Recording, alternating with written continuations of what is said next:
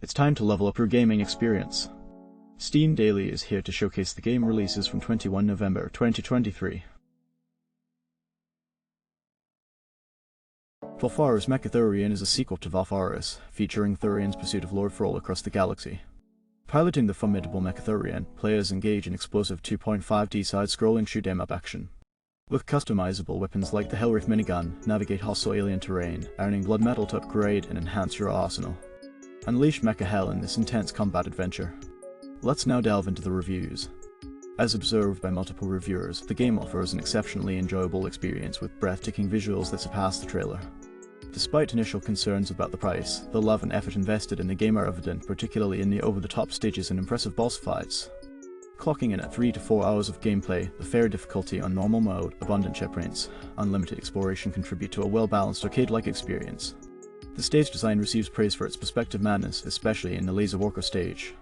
The aesthetic, though not as old as P-Sound, exudes retro charm and personality. While the story isn't deep, the game teases boss fights effectively. Ranged weapons are satisfying, but melee attacks could benefit from improved range and faster animations. The combat with melee interactions during boss fights is generally positive. Pros include outstanding stage design, limited collection content, and satisfying combat, while feedback suggests improvements for melee weapons and addressing occasional freezes and visual clutter.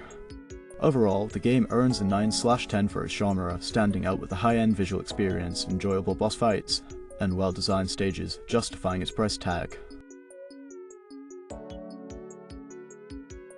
In this exciting game, NearlyDead-LiveandLetDie, players must navigate a zombie-infested world, exploring regions by day and defending their hideout against nightly enemy assaults. The top-down hack-and-slash gameplay involves facing hordes of enemies, using active skills traits, and a wide array of randomly acquired items. Online co-op play is recommended for the best experience. Survivors can grow stronger by acquiring weapons, traits, and accessories, and customizing their characters with numerous outfit options. The game offers offline or online co-op play for up to 4 players, encouraging teamwork to survive and thrive in the perilous world. Let's now delve into the reviews. Reviewers are of the opinion that the game, despite being in early access, has notable issues, particularly with multiplayer functionality.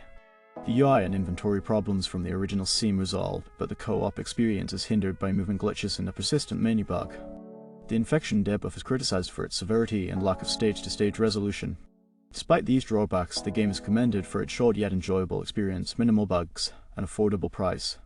Positive aspects include smooth character customization and engaging gameplay.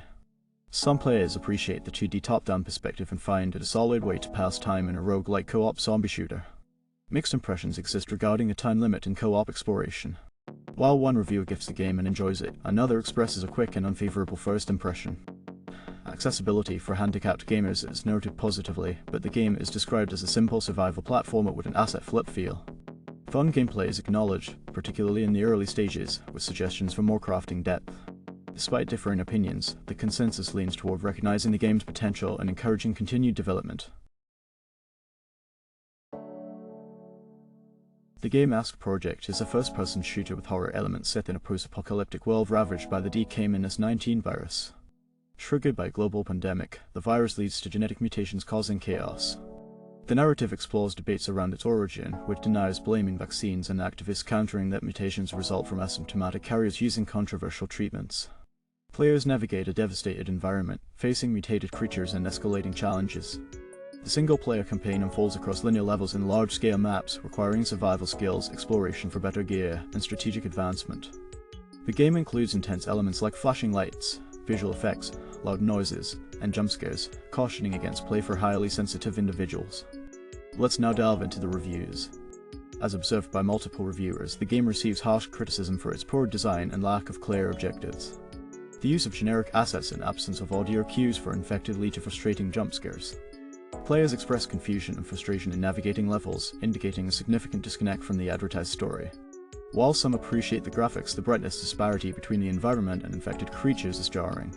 Control received mixed reviews, with positive sentiments toward running but criticism for ineffective weapons. Despite smooth operation, the overall consensus is that the game is currently not recommendable. In contrast, there's praise for the ASZG Project still in its early stages, commending its suspense and survival horror elements. The podcast also includes brief, varied player opinions on graphics, sounds, difficulty, audience, PC specs, time commitment, and bugs. A recurring theme is the game's potential if improvements are made, but at its current state, it remains a divisive experience.